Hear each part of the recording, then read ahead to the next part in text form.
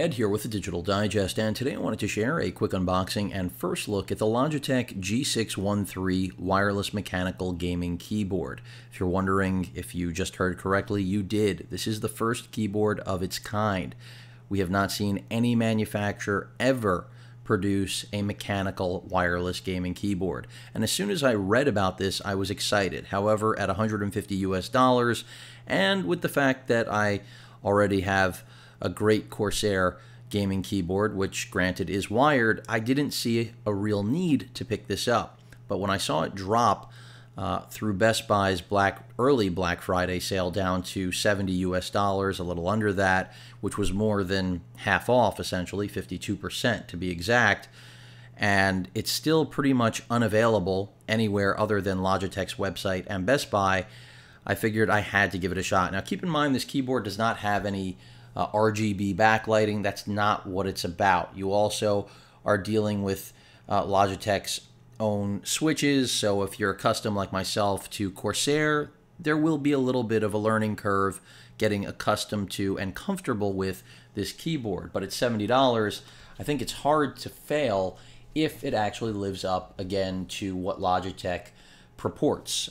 In terms of one of the most impressive things is its 1 millisecond response time. So that's already very impressive. But then also, as I flip this around, we can last supposedly up to, I think it's 18 months on the two provided, I think they're AA batteries. So if that's true, that's also very impressive. But you can see right there, they're talking about light speed. That is to do both with the wireless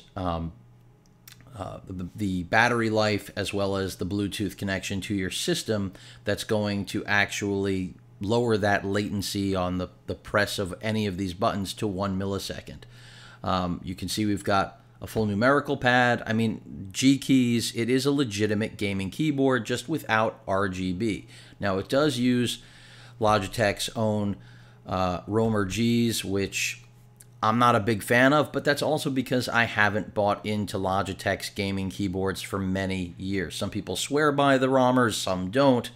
I am a Corsair guy, but I also do use a Logitech mouse and have always used Logitech peripherals throughout my history of PC gaming and PC use for that matter.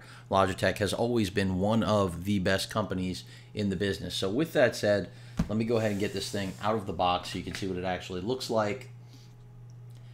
And again, the key is really that at $70, it became so compelling. I mean, $150 was a lot to ask, especially considering I wasn't actually in need of a new keyboard, because even though my old Corsair keyboard was destroyed by Hurricane Matthew, as many of you know, as was my home, I did replace that already. I am in the process of a new build, which is a whole nother story, but the point here was that I do have a multi-monitor setup going, as I always have, and this was something I wanted to incorporate.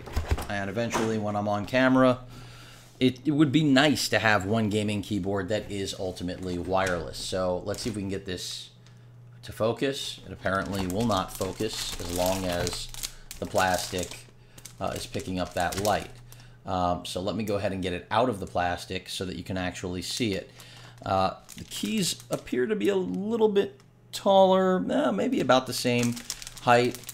Travel distance, I'm not sure what it's going to be compared to what I'm accustomed to, again, with my Corsair, which is the latest K95 Platinum, which is a $200 keyboard that is wired and top of the line, but the shift key already squeaks, which I'm not in love with. Excuse that I'm taking the plastic off without anyone seeing, but I want you all to actually be able to see this keyboard. So here it is.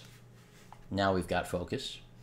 And essentially, this is discreet, low profile.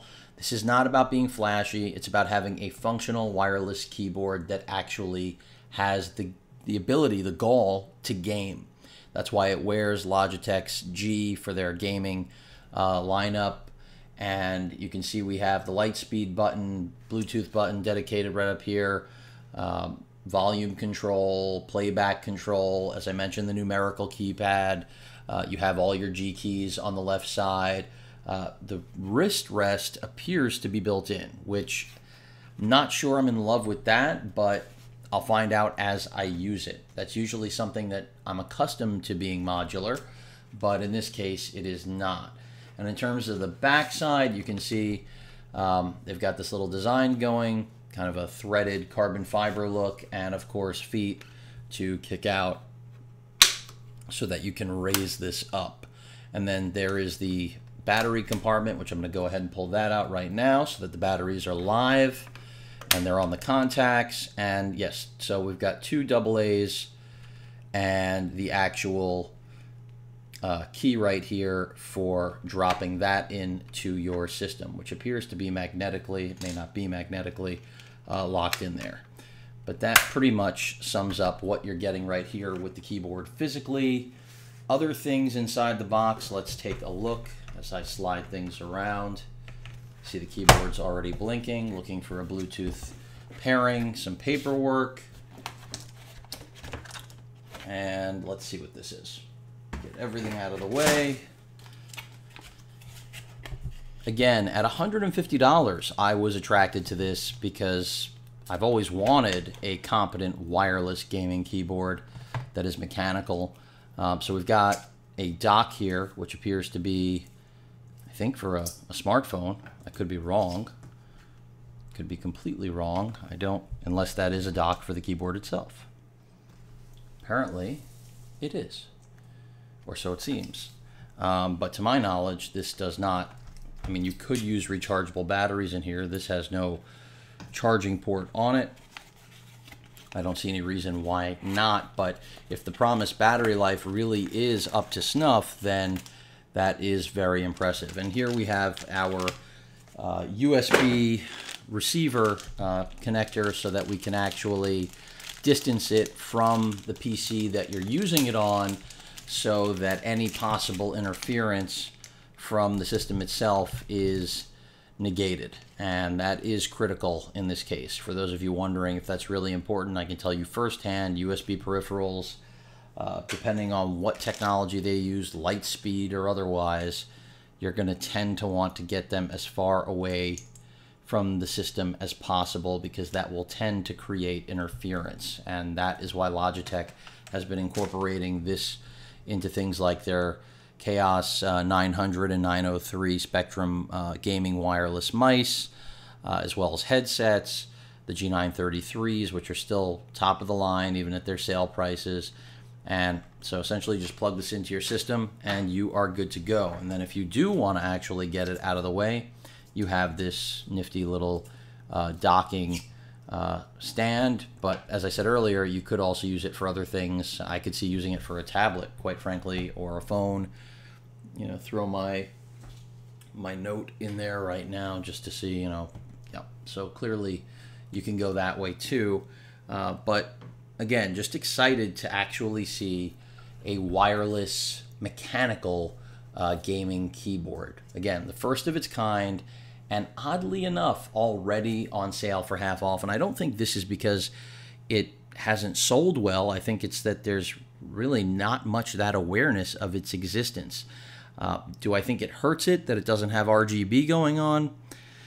That might be part of the problem, but for me personally, not a big deal at all. I've already got more RGB than I could possibly need, and the build that I'm in the process of doing for my new system is going to be RGB'd out the wazoo. So something a little bit more, as I mentioned earlier, low profile, discreet, if you will, is wholeheartedly welcomed in my setup here in the studio.